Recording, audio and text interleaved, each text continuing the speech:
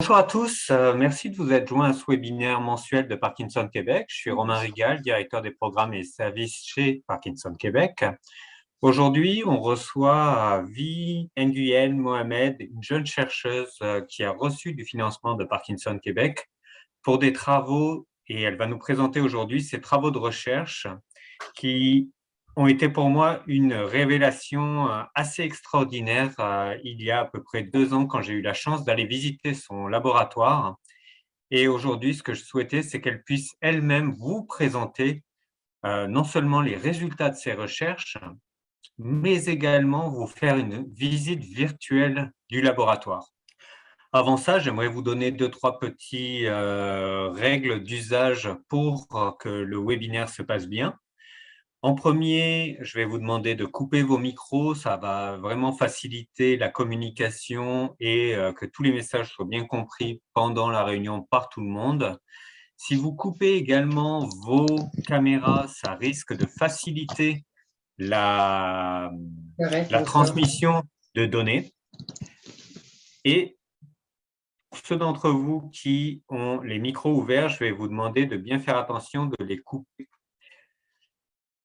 J'aimerais vous rappeler que de toute façon, ce webinaire est un webinaire qui est enregistré. Toutes les personnes qui sont inscrites à ce webinaire vont recevoir le lien dans les journées qui suivent pour revisionner ce webinaire ou de tout simplement, en allant sur le site internet de Parkinson Québec, vous serez capable d'aller voir le webinaire en retransféré. La première chose que j'aimerais faire avant de vous présenter vraiment cette jeune chercheuse, c'est, vous savez à quel point l'activité physique est importante? Je vais vous demander de battre des mains, parce que ce qu'elle va vous présenter, ça prend de l'entraînement pour battre des mains assez fort à la fin. Donc, on va se donner un 10 secondes où vous êtes tous assis et on va tous battre des mains ensemble parce que ça vaut déjà une ronde d'applaudissements avant même qu'elle ait commencé. C'est vraiment le travail qu'elle va vous montrer. C'est complètement phénoménal. On n'a pas fait les 10 secondes complètes. On les recommence.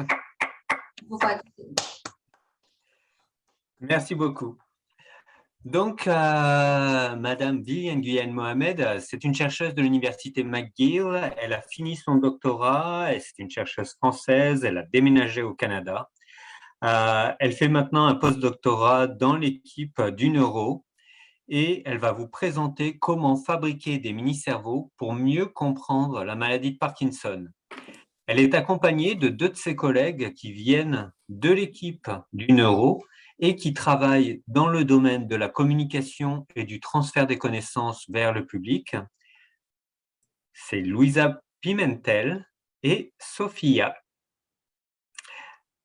Vi, je te laisse la parole. Merci beaucoup de nous avoir rejoints.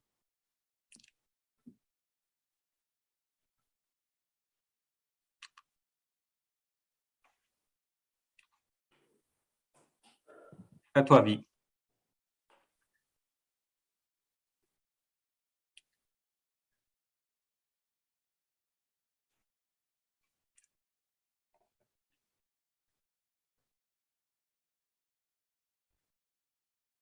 Ah, j'ai l'impression qu'on a perdu Vi pour... Elle va se représenter à nous.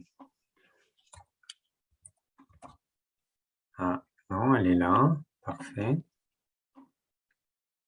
Bonjour, désolée, on a une petite connexion très instable en ce moment à McGill, donc ce sont les aléas du direct. J'espère que ça ne va pas recouper, je vais faire du mieux que je peux. Dites-moi si ça recoupe. On a Louisa à côté qui m'aide pour la présentation. J'espère que ça ira. Voilà. Bonjour à tous, je suis désolée, je ne peux pas enlever mon masque parce que nous sommes 2 actuellement au laboratoire, là, dans le bureau. Et donc, pour Covid, je ne peux pas enlever mon masque, mais je vais juste vous faire un petit sourire avant de commencer. Bonjour à tous. Voilà, je vais partager maintenant mes petites diapositives. Et j'espère que vous allez pouvoir voir tout ça. Voilà. Donc aujourd'hui, je vais vous parler de mes travaux de recherche à l'Institut neurologique de Montréal qui ont lieu donc depuis 5 ans. Donc, comme a dit Romain, j'ai fait ma thèse à l'Université de Montréal. Je travaille sur la maladie d'Alzheimer. Et puis, j'ai voulu rejoindre l'équipe du docteur Fon, ici à l'Institut neurologique de Montréal, parce que, étrangement, dans le cerveau de patients qui ont la maladie de Parkinson, on retrouve des petites protéines qui sont mal conformées dans l'espace. Et du coup, c'est comme ça que je me suis intéressée à la maladie de Parkinson et que j'ai essayé de développer une nouvelle technologie pour les étudier. Et donc, c'est tout ça que je vais vous présenter aujourd'hui, en espérant vous convaincre que le petit modèle que j'ai trouvé est très, très, très intéressant pour la recherche sur Parkinson.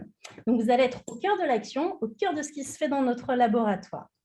Tout d'abord, mes recherches, elles ont commencé grâce à un éminent professeur qu'on appelle le docteur Yamanaka. Le docteur Yamanaka, c'est un universitaire japonais qui a travaillé, qui a découvert en 2006 une nouvelle technologie qui s'appelle les cellules souches pluripotentes induites, ou ce qu'on appelle plus communément les iPSC. Et c'est extraordinaire ce qu'il a trouvé. Il a eu le prix Nobel en 2012 pour cette découverte-là. En fait, il a été capable, lui et son armée d'étudiants qui ont travaillé nuit et jour dans le laboratoire, à transformer à partir d'un simple échantillon de sang ou de peau, à transformer les cellules de la peau en cellules souches, comme ça, qui peuvent donner naissance à n'importe quelle cellule du corps. Donc, à partir de ces cellules souches-là, qui ressemblent à pas grand-chose, en fait, on peut faire des cellules du cœur, on peut faire des neurones, on peut faire plein de types cellulaires pour étudier plein de pathologies. Et donc, le docteur Yamanaka, il a révolutionné notre science et nos modèles. Et au-delà de la découverte du docteur Yamanaka, il y a une autre jeune chercheuse en Europe qui s'appelle Madeleine Lancaster, qui, à partir de la technologie du docteur Yamanaka en 2013, a réussi à faire des mini-cerveaux à partir de ces cellules souches. Et donc, elle a fait, dans un petit pétri, elle a oublié en fait les cellules souches. Elle les a oubliées au fin fond de son incubateur. Et par accident, par pur accident, un jour, elle a récupéré son pétri, puis elle a vu des petits morceaux de tissu vraiment toutes petites, des petites boules comme ça qui faisaient comme 1 mm à 2 mm d'épaisseur. Puis elle a fait une petite coupe et elle a regardé à quoi ça ressemblait. Et elle a regardé ça et puis avec grand étonnement, elle a vu que ça ressemble beaucoup à un cerveau humain. Donc là, on voit différentes couches ici, colorées, vous voyez, en rose, en violet, en vert, qui sont les différentes couches que vous avez au niveau du cortex, dans le cortex humain. Et donc, cette découverte, en 2013, un pur hasard, un accident, a aussi révolutionné le monde des cellules souches. Et ensuite, beaucoup de gens ont travaillé sur ce modèle-là. Et on fait des mini-cerveaux pour pouvoir récapituler la zone mésencéphalique de notre cerveau humain.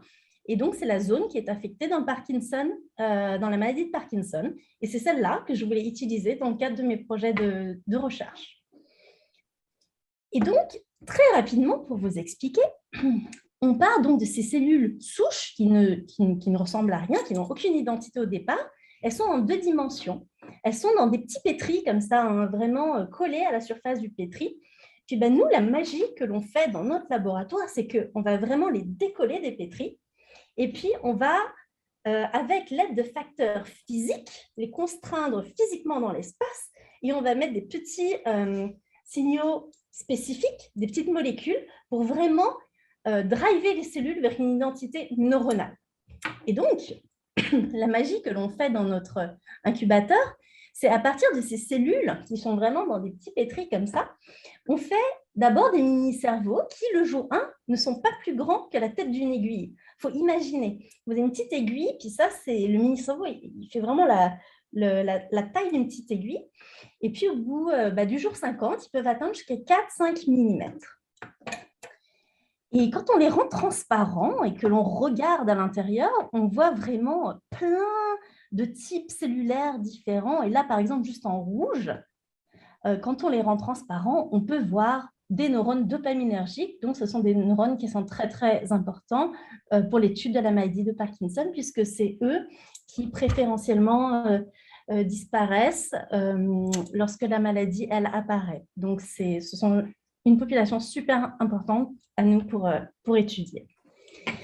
Et donc, maintenant, je vais vous proposer de regarder une petite vidéo d'une journée typique avec nous dans le laboratoire et de vraiment découvrir notre quotidien.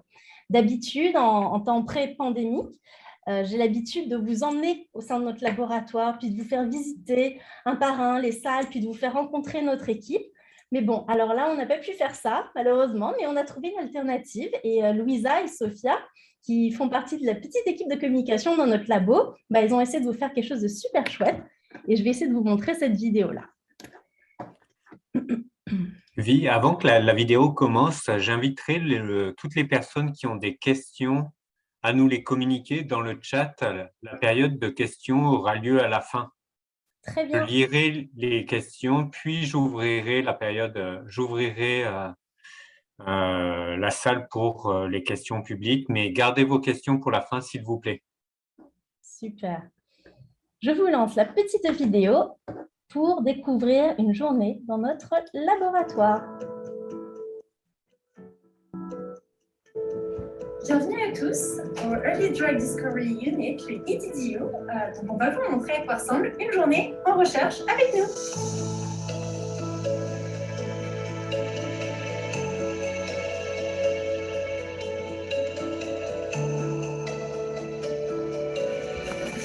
C'est ainsi qu'on commence une journée en recherche. On met son lab coat et on va à sa paillasse.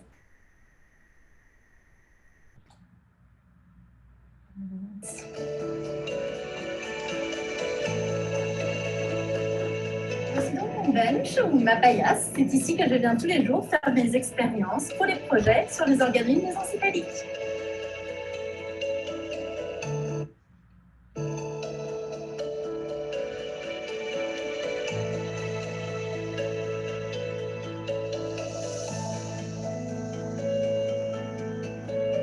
Et puis vous voilà dans la salle des cultures où tout se passe, où la magie se passe. Nous faisons actuellement les organoïdes mésencéphaliques à partir de cellules souches. Donc vous voyez ici, ce sont nos hôtes de culture. Nous faisons vraiment la formation des organoïdes à partir des cellules en 2 dimensions. Et la magie se passe ici dans nos incubateurs où à la fin vous avez des petits bioréacteurs avec des milliers d'organoïdes qui tournent à l'intérieur. Et donc, chacun des petits points blancs que vous voyez ici est un organoïde mésencéphalique. Et chaque bioréacteur est un background génétique différent. Donc, vous avez des organoïdes mésencéphaliques qui sont dérivés directement des patients. Et vous avez les contrôles qui sont faits par CRISPR-Cas9 qui nous permettent vraiment d'étudier les mécanismes pathologiques. Voilà.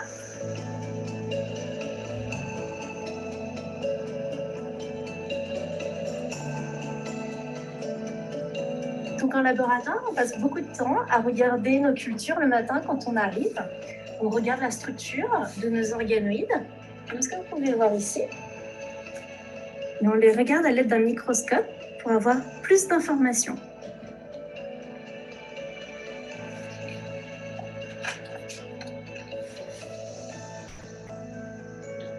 On regarde si le tissu est endommagé, s'il y a des phénotypes pathologiques.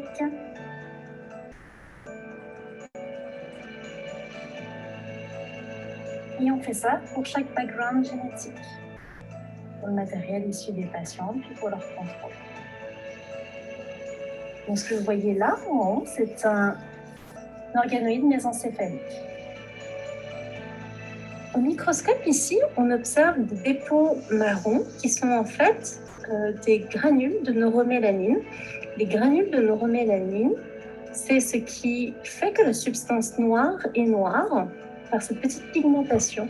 Et donc, dans nos organoïdes mésencéphaliques, on retrouve des granules de neuromélanine aussi, comme dans le vrai cerveau humain. En recherche, c'est super important de collaborer parce qu'on n'a pas tous l'expertise pour tout. Donc, pour mon projet, je fais souvent appel à des experts comme Paula en histologie. Et Paula, elle me permet, en fait, elle m'aide à faire des sections.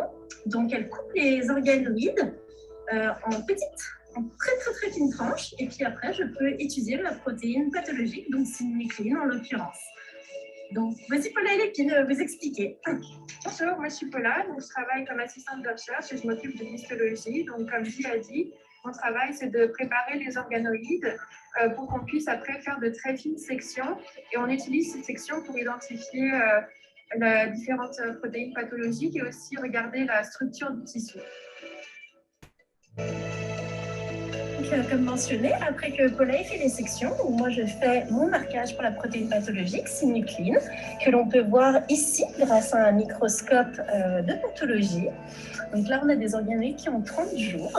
On peut voir la structure ici de rosette qui va donner naissance à des cellules plus différenciées. Et comme vous voyez, plusieurs de ces cellules sont positives en marron pour la protéine synucléine, qui est la protéine que j'étudie dans le cadre de mon projet. Alors, en recherche, donc c'est très important les collaborations. Et comme je l'ai mentionné, nous avons besoin de plein d'experts différents.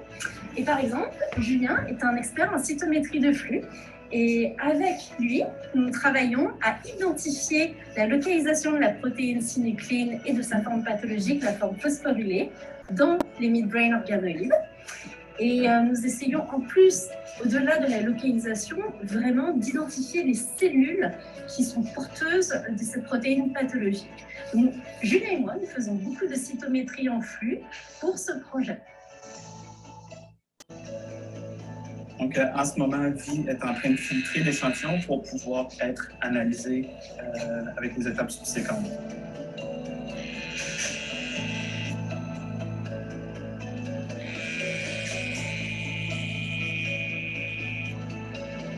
Donc, maintenant, nous allons dissocier les organoïdes pour avoir une suspension cellulaire pour nos analyses en cytométrie en flux. Et on va juste l'installer dans l'appareil.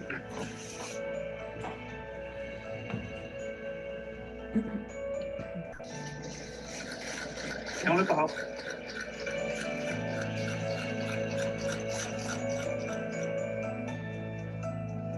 Donc, voici les résultats qu'on a obtenus après le phénotypage de nos cellules. Et on voit que cette lignée d'anneaux que nous avons dissociée exprime la protéine alpha-7. Et là, ça serait de comparer avec différents génotypes pour savoir les différences entre ceux-ci. On voit qu'on a quand même un très bon signal là dans ce génotype-là. C'est donc le matériel issu directement du patient. Donc, ce type de graphe va vraiment nous permettre d'analyser la structure et puis le contenu de nos organoïdes. Je vous présente Anélia. Donc, Anélia, c'est une étudiante à McGill. Elle fait son master actuellement. Puis elle travaille sur des projets avec des organoïdes aussi. Et donc, je la forme pour les différentes expériences afin de transmettre le savoir. Donc, aujourd'hui, je vous montre ce que c'est qu'une histologie sur des sections d'organoïdes. Donc, Anélia, tu vas voir, on suit le protocole. D'accord. Et ici, on est arrivé à l'étape où on doit nettoyer les sections après les stériles.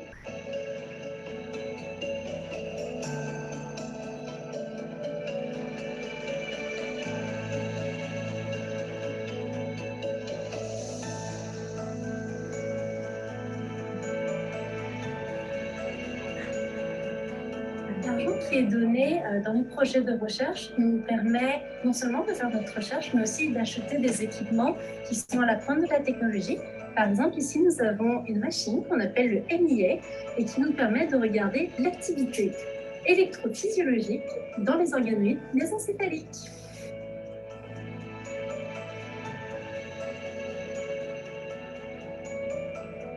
La partie de nos recherches consiste à obtenir donc des résultats à partir des datas que nous avons collectées.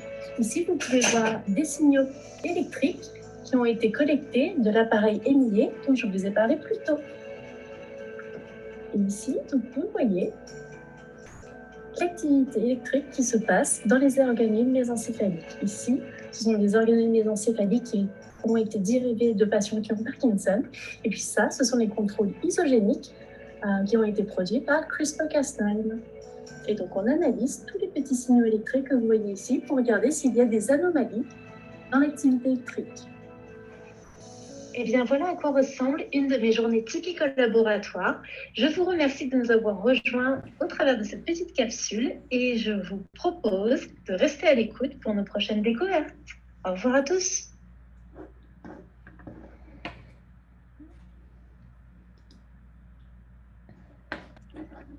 Merci beaucoup, Vi, c'est vraiment fantastique. J'espère que ça vous donne un meilleur sens de notre quotidien, puis du travail acharné que l'on fait en laboratoire, en équipe, pour pouvoir travailler sur la maladie de Parkinson. Voilà, donc au-delà de cette petite vidéo, maintenant, je vais vous partager les résultats bruts de mon projet de recherche.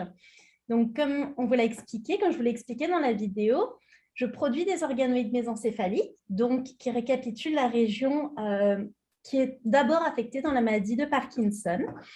Et ma question à moi, durant mon postdoc, c'était donc de savoir si finalement, ces organoïdes mésencéphaliques, cette technologie si nouvelle est vraiment avec beaucoup de promesses parce qu'elle est dérivée directement des patients, si finalement on peut vraiment ou pas nous aider à trouver de molécules thérapeutiques pour Parkinson.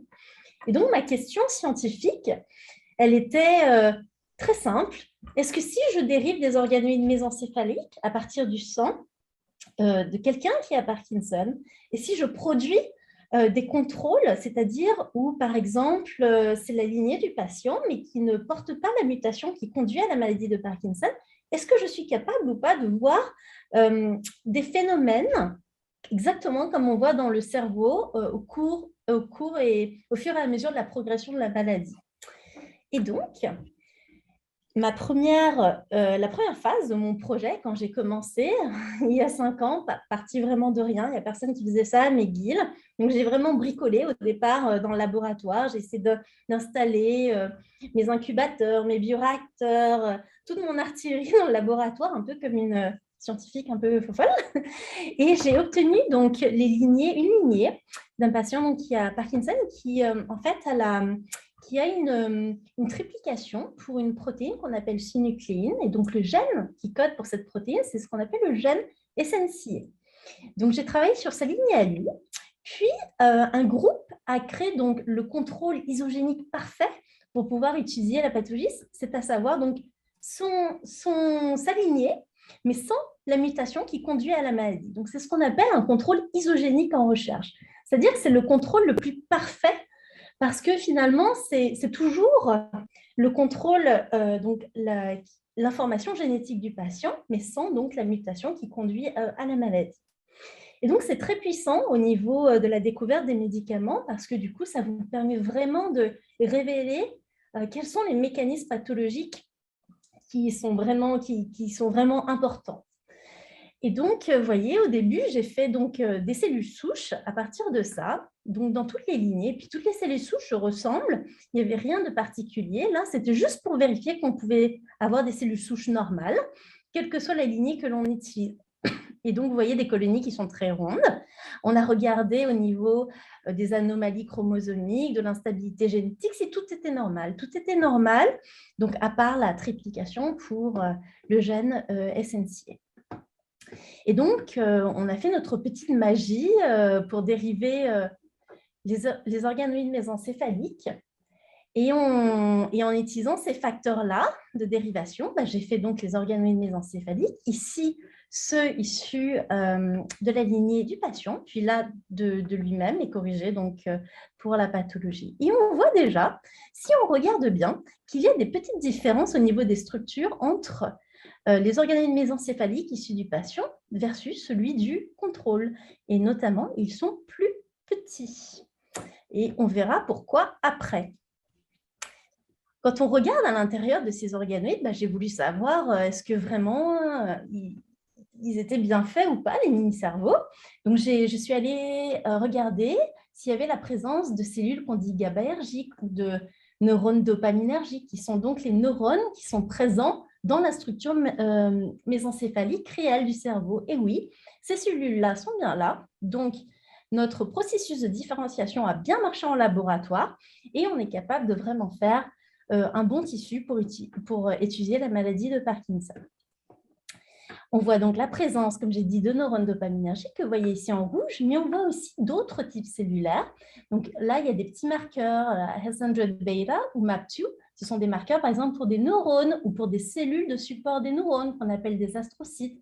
Donc, vous avez vraiment un tissu très, très complexe ici, comparé à ce qui se fait d'habitude juste en 2 dimensions. Quand on a des cultures en deux dimensions, on a vraiment juste une ou deux populations de neurones. Ici, dans un mini-brain, dans un mini-cerveau, vous avez une variété vraiment très impressionnante de populations cellulaires. Puis ça permet vraiment d'aller identifier, par exemple, dans quelle population se trouvent les protéines pathologiques, dans quelle population est-ce qu'il y a un problème quand la maladie évolue. Et c'est donc tout ça que j'ai découvert au fur et à mesure du projet. Donc oui, on a quand même une structure qui est très, très complexe et très intéressante, du coup, pour étudier. Et ensuite, je suis allée voir donc, la présence de la protéine synucléine. Et donc, c'était très intéressant d'observer ici, vous voyez tous les petits points en rouge, ça c'est la protéine synucléine. Puis, dans les organoïdes de patients, donc c'est cette petite ligne-là, on voit qu'il y en a vraiment beaucoup plus que dans le contrôle donc isogénie. Donc, il y a vraiment une surexpression du niveau de cette protéine synucléine. Mais la surexpression, ce n'est pas la seule chose que l'on connaît qui peut être vraiment déclencheur de la pathologie en recherche et en clinique. On cherche aussi à savoir, est-ce que cette protéine qui est surexprimée dans le cerveau des gens qui ont la maladie, est-ce qu'elle est aussi mal conformée pour rejoindre un peu à mes centres d'intérêt de thèse. Et donc là, on fait d'autres types de marquages en laboratoire. Puis là, on regarde la protéine synucléine PLA que vous voyez ici en turquoise. Puis en rouge, la forme phosphorylée, qui est une forme vraiment qui s'agrège et qui fait comme des petits motons dans le tissu, dans le cerveau. Et si on regarde, donc ça c'est la ligne des organoïdes qui sont dérivés des patients, on voit qu'il y en a beaucoup plus de ces protéines qui sont agrégées et mal conformées. Et donc, nous, dans notre laboratoire, au sein de notre groupe, on essaie de trouver des molécules qui défont ces malconformations et ces agrégations. Donc, ça, c'est tout un pan de notre laboratoire où il y a des gens qui sont là vraiment pour essayer des milliers de molécules sur tous les modèles que l'on a au sein du laboratoire pour essayer de défaire ces agrégats et de voir si, du coup, on améliore la viabilité des cellules, si elles sont plus en vie ou pas, plus en santé ou pas. Et c'est tout un aspect d'axe de recherche dans notre labo. C'est pour ça qu'on s'appelle la plateforme de découverte précoce du médicament. Et donc, le modèle d'organoïde, c'est un modèle parmi d'autres que l'on a dans le laboratoire pour tester plein de molécules. Et surtout, on a cette capacité de faire des contrôles dits parfaits pour vraiment pouvoir révéler quel médicament pourrait mieux marcher qu'un autre pour justement un patient directement ou un autre patient. Donc, c'est très personnalisé aussi comme type de recherche. C'est ça qui est très, très intéressant dans le cadre de ce genre de modèle. C'est-à-dire qu'on pourrait très bien faire des organoïdes mésencéphaliques de vous ou de quelqu'un d'autre qui est un de vos amis qui a aussi la maladie de Parkinson. C'est des choses qui sont envisageables. On peut le faire vraiment de manière personnalisée. Et ensuite, un autre aspect que j'ai étudié dans le cadre donc, de ce projet, c'est de regarder au niveau des neurones dopaminergiques. On sait qu'il y a une perte des neurones dopaminergiques dans la maladie de Parkinson. Et puis, je voulais savoir si en laissant vieillir plus longtemps les organoïdes, donc je suis capable de les garder plusieurs mois, plusieurs années en culture dans mes incubateurs, ce qu'on n'est pas capable de faire dans un modèle en 2 dimensions. On est capable de faire ça avec des modèles en 3 dimensions, mais pas en 2 dimensions. Bien, on les a pris après quelques mois en culture. Ils avaient à peu près 100 jours, ceux-là. Puis, vous voyez, on les a complètement dissociés. Donc, on est parti d'une structure d'un mini-cerveau. Puis, on les a éclatés en centaines de milliers de cellules. Puis, on allait compter chaque cellule. Puis, on est allé identifier si c'était une cellule de type neuronal ou une cellule de support comme un astrocyte ou un neurone dopaminergique. Et puis, en éclatant ce tissu et en allant compter un à un une à une les cellules, en étant capable aussi de les identifier, on a remarqué que du coup, on a fait une perte drastique et précoce des neurones dopaminergiques dans ces tissus-là, ici directement des patients, comparé au contrôle dit donc isogénique, où on avait corrigé la mutation qui conduisait à la maladie. Et donc, si on prend l'ensemble des data et des résultats qu'on a générés au fur et à mesure des 5 dernières années, dans le cadre de ce projet-là, avec ces mini-brains-là, on a vraiment été capable d'observer des phénomènes pathologiques comme ce que l'on observe dans le vrai cerveau humain. Et donc ça, c'est très encourageant parce que du coup, il y a d'autres projets dans le laboratoire qui ont lieu avec d'autres étudiants qui s'occupent par exemple d'autres mutations qui peuvent conduire à la maladie. Et il y a donc aussi tout un groupe qui est en train du coup d'activement essayer plein de composés différents pour essayer vraiment de faire toutes ces observations-là. Donc, est-on capable de sauver le niveau de neurones dopaminergiques dans nos modèles en essayant des molécules? Est-on capable de défaire des agrégats? Puis c'est ce sur quoi nous travaillons tous vraiment activement au sein du laboratoire. Donc, notre groupe, c'est le NeuroIDDU ou la plateforme précoce de découverte du médicament. Et donc, comme je vous ai dit, il y a le Dr Fon et puis le Dr Durkin qui sont les deux directeurs. Et puis ça, c'est tout notre groupe. Et il y a encore plein d'autres gens. Je n'ai pas pu tous les mettre sur la slide. On est à peu près une cinquantaine. On vient de partout dans le monde. Ça parle toutes les langues. Les gens viennent pour leur expertise. En fait, les meilleurs viennent de Chine, de France, comme moi, ou d'Amérique du Sud, vraiment.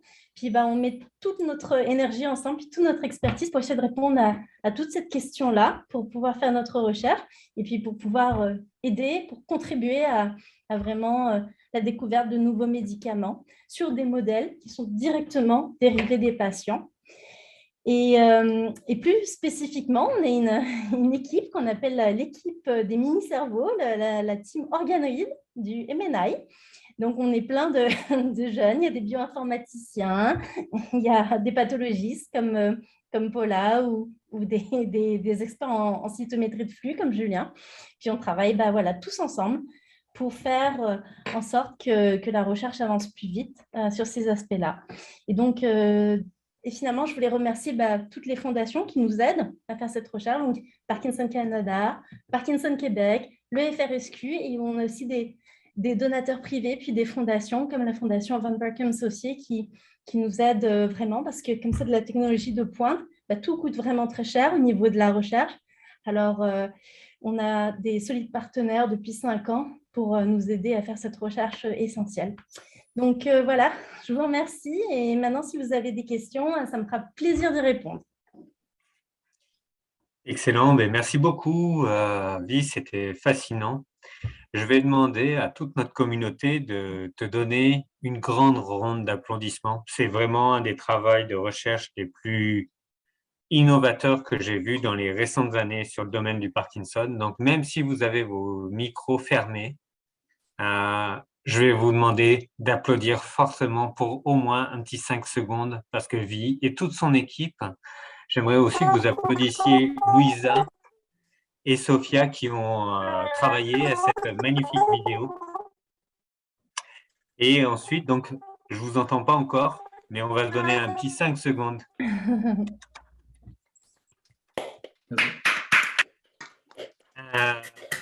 Je vais vous passer les questions qui sont sorties dans le chat. Ça va être plus facile au niveau de la coordination. Et ensuite, j'ouvrirai le micro aux personnes pour qu'elles puissent poser leurs questions. Donc, Vi, es-tu prête? Oui, je vous écoute avec attention. En fait, ce n'est pas moi qu'il faut écouter, ce sont des questions de la communauté. Vraiment, 5 ans pour travailler sur le Parkinson. Merci beaucoup pour cet engagement. Qu'est-ce qui t'a amené à étudier cette maladie spécifiquement? Il me semble que tu étais partie de la maladie d'Alzheimer. Oui, alors j'ai travaillé donc 7 ans avant sur la maladie d'Alzheimer. J'ai fait ma maîtrise et puis mon doctorat sur ces thématiques-là, aussi avec des protéines agrégées. Et puis, je me rappelle, donc, pendant ma thèse, je travaillais donc avec des modèles de souris, puis de rats, qui sont très, très importants aussi en recherche. Mais quand j'ai fait une petite conclusion sur ma thèse, une grande conclusion, en fait, quelques pages, je me suis dit qu'il manquait quand même quelque chose d'essentiel, c'est de toute la recherche, toute l'énergie que l'on met pour pouvoir identifier vraiment des molécules utiles qui vont directement aux patients. Faut-il encore avoir la chance de travailler directement avec des tissus, du matériel de patients? Et comme vous savez, en clinique, c'est très difficile d'accéder au cerveau. Je veux dire, on ne peut pas aller faire un prélèvement dans le cerveau puis voir qu'est-ce qui se passe. Non, évidemment. Et donc, il faut ruser à travers ça et il faut utiliser des modèles vraiment innovants comme cela. Et donc, j'ai regardé autour de moi, je me suis dit, qu'est-ce qui se fait au Québec, qui a cette capacité de nous permettre vraiment de travailler avec des meilleurs modèles et d'aller vers lui.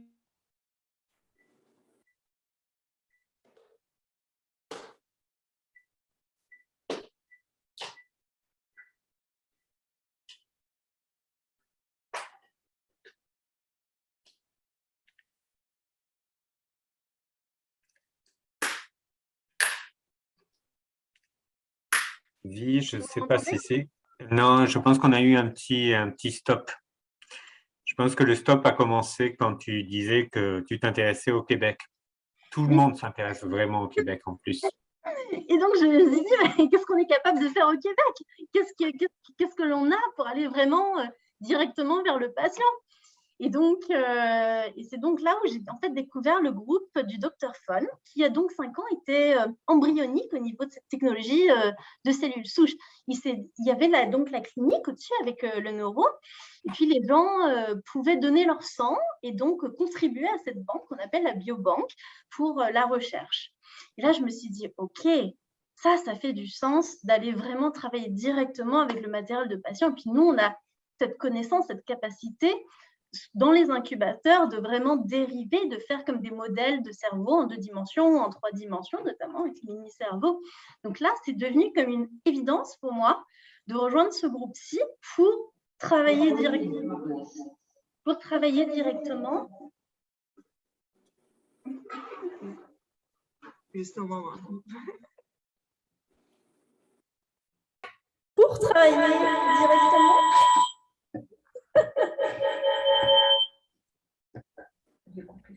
Pour travailler directement, est-ce que vous m'entendez? Oui. Oui, merci.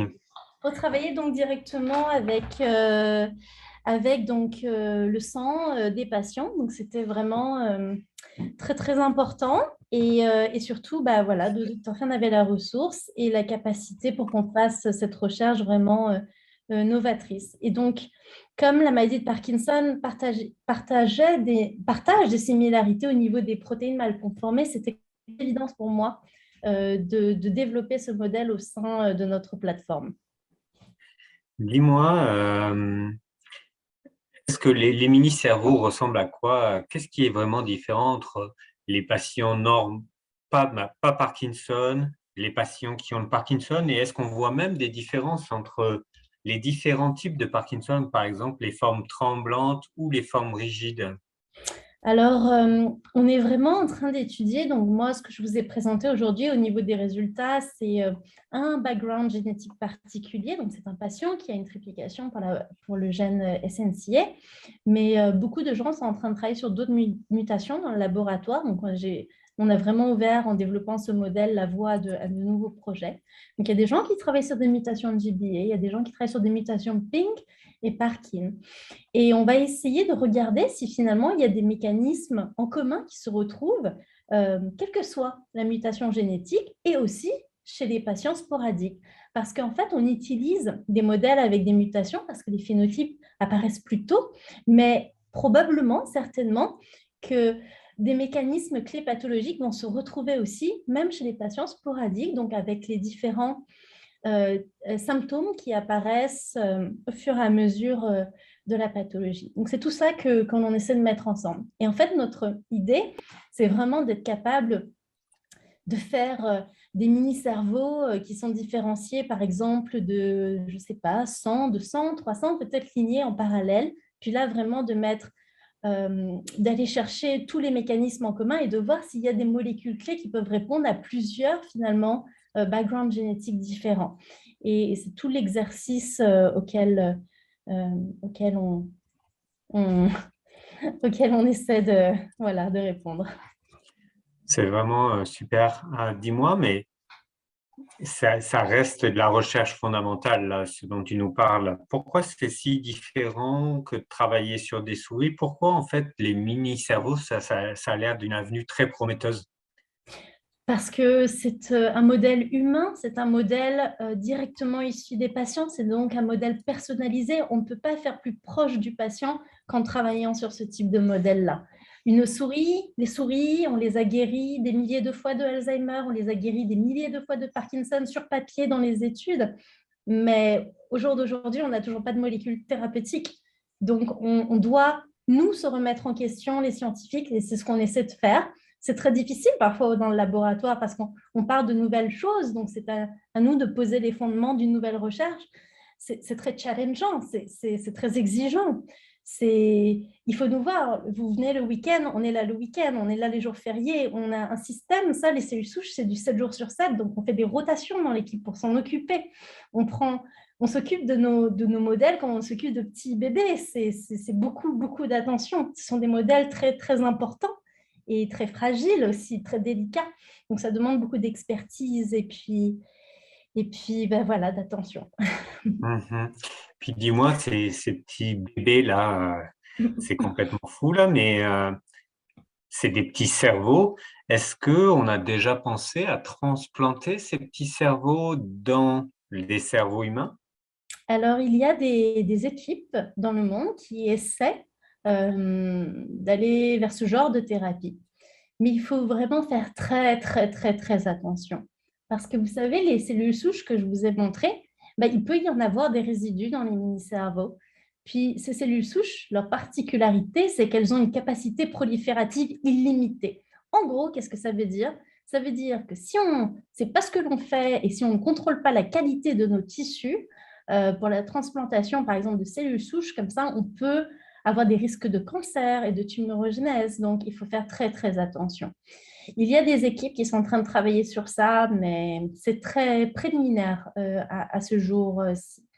Donc, oui, la recherche en vient aussi dans ce sens. C'est ce qu'on appelle la thérapie génique. D'accord. Donc, il y a une avenue, mais naturellement, c'est une question que tous les patients et tous leurs proches se posent. Euh, Si jamais tes résultats étaient très concluants, c'est quand que ça se retrouve dans les tablettes de pharmacie? Ça, c'est la question que j'entends le plus souvent. Eh À bien, quoi ça peut ressembler pour toi?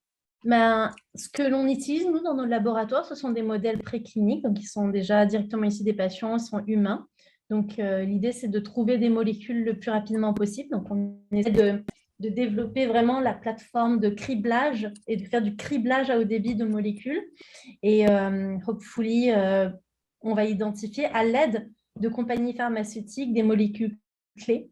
Donc, ça, c'est un autre aspect aussi dans notre laboratoire. Oui, on fait de la recherche fondamentale, mais pour qu'elle soit plus puissante, pour qu'elle soit plus logique, pour qu'elle soit utile, le laboratoire travaille aussi en parallèle avec des compagnies pharmaceutiques pour tester plein de banques de molécules que les compagnies ont et puis pour trouver finalement des hits, des choses qui font du sens dans les modèles que l'on a au laboratoire. Donc, Dis-moi, voilà. j'ai une question un peu ésotérique à te poser avant de passer le micro à l'Assemblée. Ce sont des petits cerveaux, puis tu nous montres que ces petits cerveaux sont capables d'avoir une activité électrique. Donc, juste pour ceux qui n'avaient pas compris, comme moi, des organoïdes mésencéphaliques, c'est bien ça, ce sont des mini-cerveaux. Oui, oui, OK. oui. Donc, est-ce que ces mini-cerveaux, à quoi ils rêvent la nuit? Est-ce qu'ils rêvent? Est-ce qu'ils pensent? Qu'est-ce que vous faites de ces petits cerveaux? Est-ce que c'est des personnes? C'est vraiment une question, comme je te dis, ésotérique et éthique que je te pose. Eh bien, c'est une grosse question que l'on se pose tous en ce moment en recherche parce que, donc, en regardant l'activité électrophysiologique, on voit qu'il y a des signaux. Puis, comme je vous ai dit, on peut garder ces organoïdes vraiment longtemps en culture. Et il y a un groupe qui a identifié dans le monde que les signaux électriques devenaient plus complexes au fur et à mesure du temps quand on les gardait. Donc là, maintenant, la question est de savoir à partir de quel moment est-ce qu'il y a une limite, à partir du moment où est-ce que les questions éthiques se posent. Et donc, les gens travaillent activement sur ça. Je vous dirais que normalement, pour avoir une activité électrique qui a du sens, il faut qu'on ait un input, par exemple une lumière qui arrive, et puis après, on a une réaction, qu'il se passe quelque chose. Pour l'instant, les organoïdes, ils sont vraiment déconnectés de tout organisme. Je pense que la question se pose vraiment plus à partir du moment où, par exemple, on transplante un organoïde dans un animal ou justement dans des modèles un peu plus complexes où là, on va avoir un input puis on va avoir un output. Et ces questions-là d'éthique, les chercheurs y travaillent. C'est vraiment des questions importantes.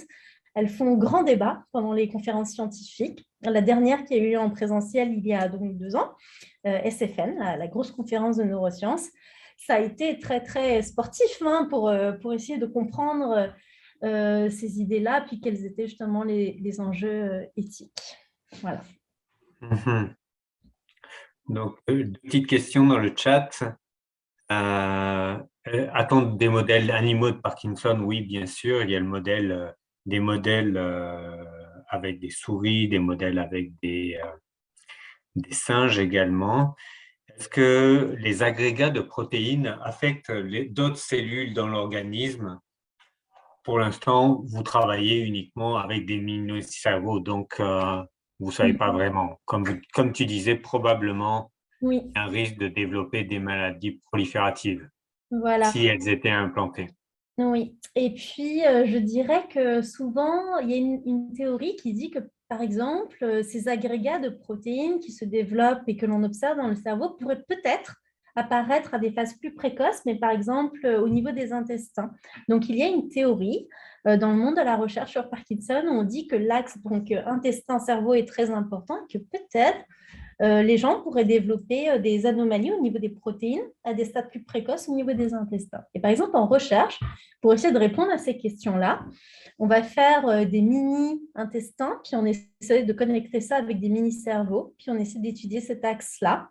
Et donc, c'est un projet qui est en cours en ce moment en laboratoire, puis il y a d'autres laboratoires dans le monde aussi qui étudient ces questions, où là, on va essayer de connecter un mini-cerveau, puis un mini-intestin ensemble d'un patient, puis de voir qu'est-ce qui se passe. Est-ce qu'on a la protéine agrégée qui se propage?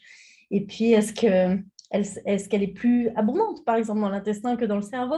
Donc, on essaie vraiment, avec ce genre de modèle, de remettre en question nos connaissances, puis vraiment de repousser un peu plus la recherche, de la faire avancer. C'est vraiment incroyable. Donc, vous créez des mini-moi ou des mini-DUI en branchant tous les petits morceaux ensemble. Deux questions, deux remarques qui sont pas mal revenues dans le chat. Où est-ce qu'on prend les personnes pour ces tests? Mais ce sont des personnes qui participent à des projets de recherche. Donc, si vous souhaitez, vous, participer à des projets de recherche, manifestez-le à votre neurologue. Si vous êtes suivi dans un centre universitaire, il y a de grandes chances qu'il soit associé à ce projet de recherche. Sinon, dans le courriel qu'on vous enverra, on mettra un lien qui vous permettra de vous inscrire au registre qui est entretenu par le réseau Parkinson Québec, qui est le réseau qui essaye de monter un grand groupe de patients Parkinson qui vont participer potentiellement à des projets de recherche. Donc, si vous êtes intéressé par la recherche, cliquez sur ce lien dans le courriel qu'on vous enverra. Autre message, vous me disiez avec raison que la Fondation Michael J. Fox, qui est vraiment prédominante dans le domaine du Parkinson, sollicite beaucoup pour financer des projets de recherche. C'est effectivement leur mandat numéro 1. Ils se demandaient si ils finançaient des projets comme ça. Je ne sais pas si tu es financé par Michael J. Fox, Vi. Plusieurs membres de mon laboratoire et plusieurs projets le sont. Oui, on travaille étroitement avec Michael J. Fox. Oui. Comme toutes les grandes équipes de grande qualité, sont toutes financées par Michael J. Fox, c'est évident. Il faut savoir que quand vous financez de la recherche à travers Parkinson Québec, C'est également de la recherche de qualité, de la recherche qui a été revue par des pairs et qui est, par contre, dont les fonds vont à 100% à des chercheurs québécois et des chercheuses brillantes aussi. J'aimerais maintenant ouvrir la salle aux questions. Donc, je vais commencer avec Monsieur Taillot qui a sa main levée depuis un moment. Monsieur Taillot, vous pouvez ouvrir votre micro. Oui. J'aimerais savoir, lorsque vous étudiez une cellule, est-ce que vous pouvez dire la progression de la maladie, à quel stage pourrait être rendue la maladie? Alors, ce que je peux vous dire, c'est qu'au début, quand on fait des mini-cerveaux et qu'on les cultive pour quelques jours, on ne voit pas grand-chose au niveau, par exemple, des protéines agrégées ou même de la surabondance de certaines protéines. Mais quand on les garde longtemps en culture, quand les cellules deviennent plus matures et qu'elles sont directement issues du patient, là, du coup, on observe au fur et à mesure du temps la progression de phénotypes pathologiques, donc l'accumulation de cellules, la dégénérescence d'autres types de cellules. Donc, ça prend un certain temps, oui, dans nos incubateurs, pendant nos recherches. Et par exemple, il y a des équipes qui font grandir des mini-cerveaux, qui font mûrir des mini-cerveaux pendant 500 jours. Je ne sais pas si vous vous rendez compte, c'est plus qu'une maîtrise. Donc, un étudiant à la maîtrise, à 500 jours, c'est long. Donc, voilà, on cultive, on met du temps et on observe, on regarde vraiment les sections au fur et à mesure du temps, du mieux que l'on peut. Voilà. Est-ce que lorsqu'on fait un don d'organes de notre cerveau, est-ce que vous étudiez les cerveaux qui peuvent être donnés dans les organes? Oui, par exemple, j'ai fait dans une des diapos que j'ai montrées pendant ma présentation, quand j'ai montré les agrégats qu'on observe dans les mini-cerveaux, je me suis assurée, je suis d'abord allée regarder dans le cerveau d'un patient, voir si ma technique révélait les agrégats dans le cerveau du patient, puis je les ai comparés aux agrégats que j'ai dans les mini-cerveaux, puis je trouvais qu'ils étaient assez similaires par certains points ou différents par d'autres points. Et donc, je fais la comparaison. Et c'est très utile dans ce sens-là. Pour étudier ce qui se passe dans le cerveau de quelqu'un qui a développé la maladie. Et aussi deux, pour regarder dans nos modèles à nous, est-ce que ça fait du sens? Est-ce qu'il y a des parallèles que l'on peut faire? Est-ce qu'il y a d'autres questions que l'on peut se poser? Donc, c'est très, très utile, oui. Et c'est un matériel extrêmement précieux, évidemment. Donc, on en prend grand soin quand on fait nos expériences. Merci beaucoup. Merci.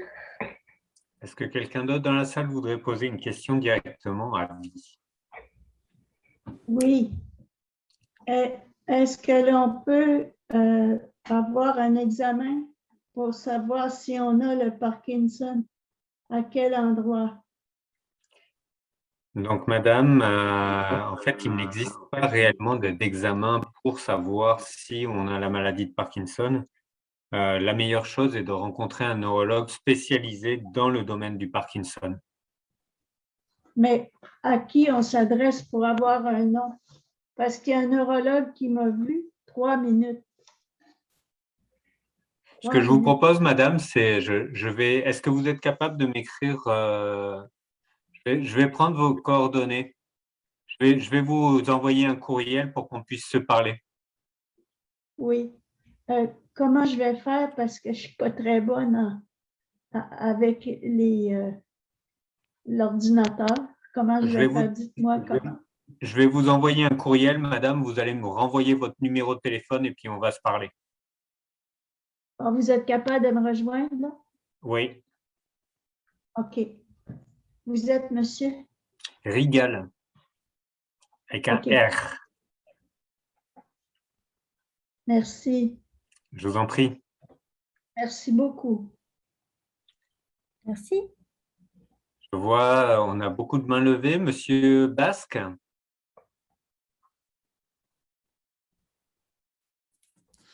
Moi, ma question, ce serait, moi, j'ai 10 ans d'évolution avec la maladie de Parkinson. Est-ce que les douleurs neuropathiques associées à cette maladie, est-ce que les médicaments vont avoir une influence sur ce type de douleur? En fait, à oui, venir. je ne pense pas que Viv, tu sois la personne la plus… Non, hein? Non, Non. je Ce que pense je peux à un vous dire, c'est que neurologue. les douleurs neuropathiques sont des douleurs qui malheureusement sont très communes dans le Parkinson. Dans le Parkinson, il y a deux types. Je vais le faire en 2 minutes pour le bénéfice de tout le monde, là. Le Parkinson a des douleurs qui sont réellement des douleurs musculaires, toutes ces tensions, cette raideur que vous accumulez tous, et des douleurs neuropathiques qui sont liées à la dégénérescence elle-même des nerfs. Les nerfs, quand ils se désagrègent, ça crée de la douleur. Malheureusement, les médicaments contre le Parkinson ou contre les symptômes du Parkinson ont très peu d'efficacité contre la douleur neuropathique, puisque ce sont des médicaments qui sont là juste pour suppléer au manque de dopamine. Donc, ils peuvent diminuer la douleur qui est liée à la raideur musculaire, mais ne parviennent pas à régler la douleur neuropathique. Pour la douleur neuropathique, il existe, vous en parlerez avec votre neurologue, d'autres médicaments qui sont vraiment spécialisés pour ces douleurs-là. OK. Merci beaucoup. Avec plaisir. Merci. Alors, on a une main levée de Jacqueline et Jean-Guy.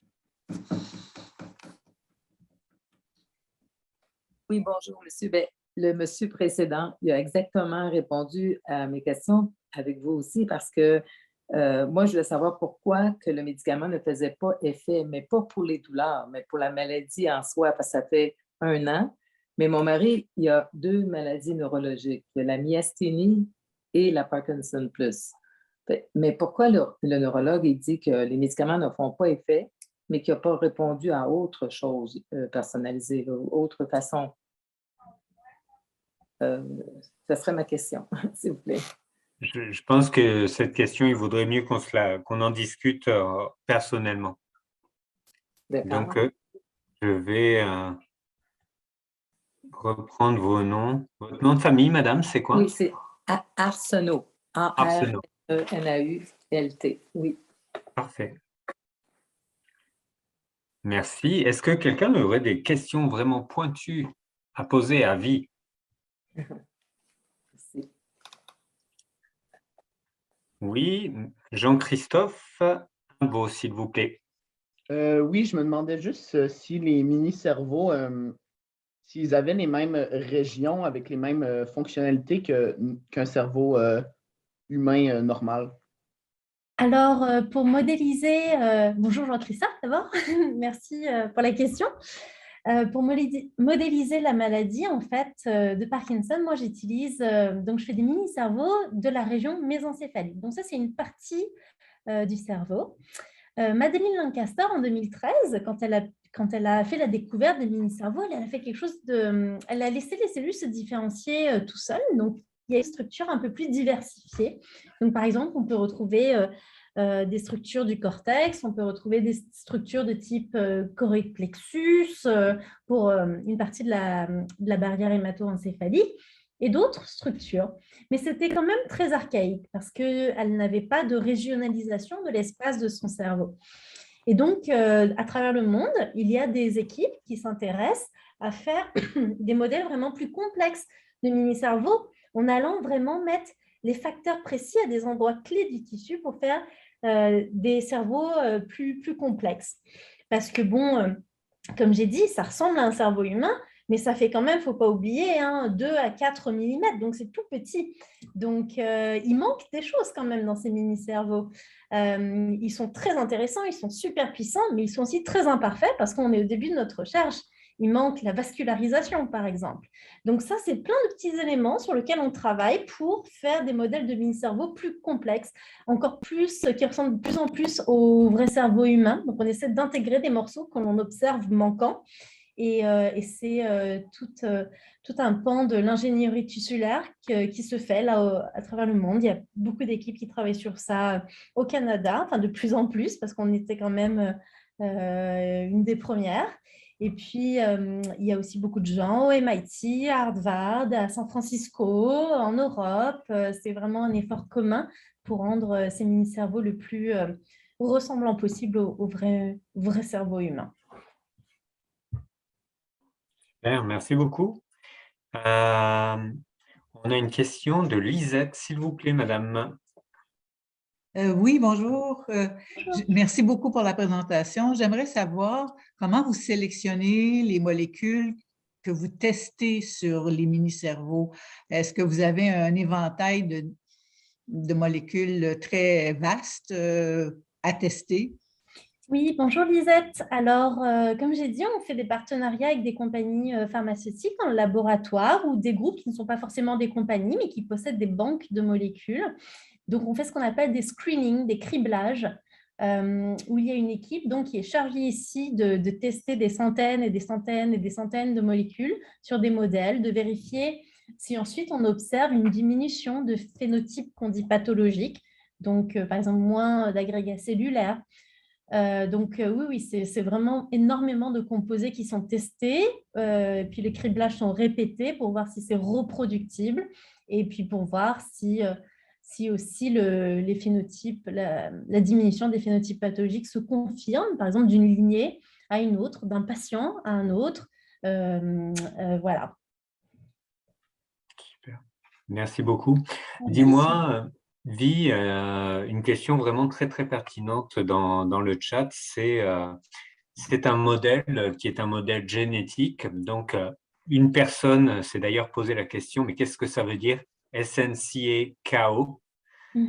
Donc, si peut-être tu peux l'expliquer, mais aussi nous dire comment c'est transposable à l'immense majorité des gens qui vivent avec la maladie de Parkinson, dont l'origine n'est pas génétique. Oui. Alors, les KO, comme on dit, c'est ce qu'on appelle c'est dans le langage, dans le jargon scientifique, on dit le knockout. Donc là, on enlève complètement le gène d'intérêt, encore une fois, par édition génétique. Donc ça, c'est le ciseau moléculaire, le CRISPR-Cas9. Vous avez peut-être entendu parler à la télé, à la radio. On coupe littéralement les brins d'ADN, puis on enlève des parties du génome. Et ça nous sert à vérifier si tel ou tel gène est important ou pas dans la maladie. Puis moi, dans le cadre de mon étude, c'était un contrôle pour voir si ma protéine était bien là, pas là, est-ce que les signaux que je voyais étaient les vrais ou pas. Donc, c'est des outils que l'on utilise. Ce n'est pas du tout de la thérapie génique, c'est vraiment des outils de laboratoire pour vérifier que ce que l'on observe est vrai ou pas. Parce qu'on est très enthousiaste, les scientifiques, mais on est très sceptique aussi parce qu'on fait très attention aux résultats que l'on a. Donc, on essaie vraiment d'avoir des contrôles à chaque fois. On appelle ça des contrôles positifs, puis des contrôles négatifs. Peut-être vous êtes au courant maintenant avec les tests Covid, les gens commencent à mieux comprendre ce que c'est qu'un contrôle négatif et un contrôle positif. On veut éviter les faux positifs, on veut éviter les faux négatifs. Donc, tous ces outils-là que l'on utilise en laboratoire nous permettent d'éviter les faux positifs, les faux négatifs. C'est un peu l'idée des KO. Excellent. Et j'ai 3 questions là, mais peux-tu juste nous dire rapidement, vu que c'est un modèle génétique, comment ça s'applique à l'ensemble ou à 90% de la population qui n'est pas Parkinson génétique? Oui. Alors, par exemple, même si vous n'avez pas, par exemple, la triplication pour le gène SNCA, beaucoup de gens vont développer de ce qu'on appelle les synucléopathies. C'est-à-dire qu'on va quand même observer dans le cerveau la présence d'agrégats de synucléine pour beaucoup de cas, même pour des gens qui ont par exemple, un Parkinson sporadique. Et donc, en fait, l'idée d'aller vraiment regarder dans des modèles génétiques nous permet vraiment d'identifier des mécanismes clés qui peuvent ensuite se transposer dans les cas sporadiques. Et c'est pour ça que je me suis autant intéressée à SNCA puis à la synucléine, parce que les synucléopathies sont très courantes dans les cas de Parkinson et même sporadiques. Excellent. J'ai le temps pour 3 questions encore. Après, on va aller te laisser, tu vas pouvoir retourner dorloter tes petits cerveaux. Je vais aller leur mettre... Tu vas aller les nourrir. Bon, on ne veut pas savoir comment exactement ça se passe. Tu nous enverras une vidéo. Voilà. Donc, j'ai le temps pour 3 questions. Oui, Madame Louise Savard, s'il vous plaît. Oui, bonjour. Merci beaucoup pour la présentation. C'est vraiment génial. On vient tout juste de parler de la synucléine. Est-ce qu'on peut avoir une brève description de qu'est-ce que c'est cette protéine synucléine? Alors, la protéine synucléine, elle existe normalement chez nous, chez n'importe qui, quand vous êtes sain, et elle permet à la connexion synaptique au niveau des neurones. Donc, on sait qu'elle a un rôle au niveau, vous savez, vous avez toujours ce dessin de neurones, où vous avez le corps cellulaire, puis il y a une branche comme ça, comme le tronc d'un arbre, et puis les troncs d'un arbre, vous avez comme des petites racines. Et bien, la synucléine joue au niveau de ces petites racines, au niveau des neurones, pour les connexions synaptiques entre les neurones. Et puis, il semblerait donc, au fur et à mesure du temps, les gens qui ont Parkinson ont des problèmes avec cette protéine qui se retrouve un peu ou trop exprimée ou mal localisée, ou justement en amas comme ça, elle ne fait donc plus son rôle physiologique de base, qui est de connecter les neurones ensemble. Et finalement, on travaille tous beaucoup sur synucléine, mais elle reste encore un grand mystère. Et puis c'est pour ça qu'on l'étudie autant, parce qu'on sait que c'est une protéine très importante dans le cadre de la maladie, mais on n'a pas encore mis la main dessus pour vraiment comprendre pourquoi est-ce qu'elle pouvait entraîner cette cascade pathologique derrière. Donc c'est pour ça qu'on l'étudie et qu'on passe autant d'années à l'étudier en fait, parce que c'est une molécule très complexe et probablement qu'elle va nous réserver d'intéressantes surprises. Voilà. Merci pour ce cours 101 de biologie moléculaire. Monsieur Pierre Mousseau, pourriez-vous nous poser votre question, s'il vous plaît?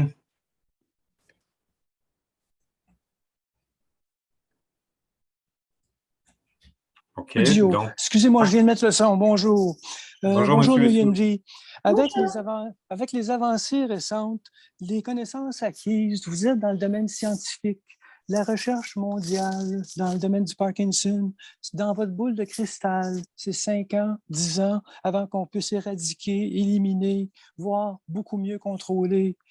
Qu'est-ce que vous voyez dans le temps? Dans combien de temps? Notre recherche, elle se fait depuis très récemment sur des modèles humains, puis directement issus des patients.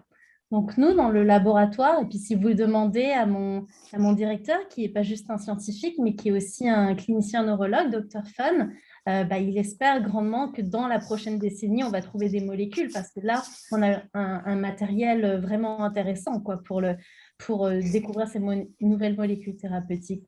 Donc, nous, on travaille au quotidien parce qu'on a l'espoir de découvrir rapidement quelque chose, mais c'est sûr que ça demande beaucoup d'énergie, puis c'est une recherche qui est complexe. Alors, on va faire du mieux qu'on peut.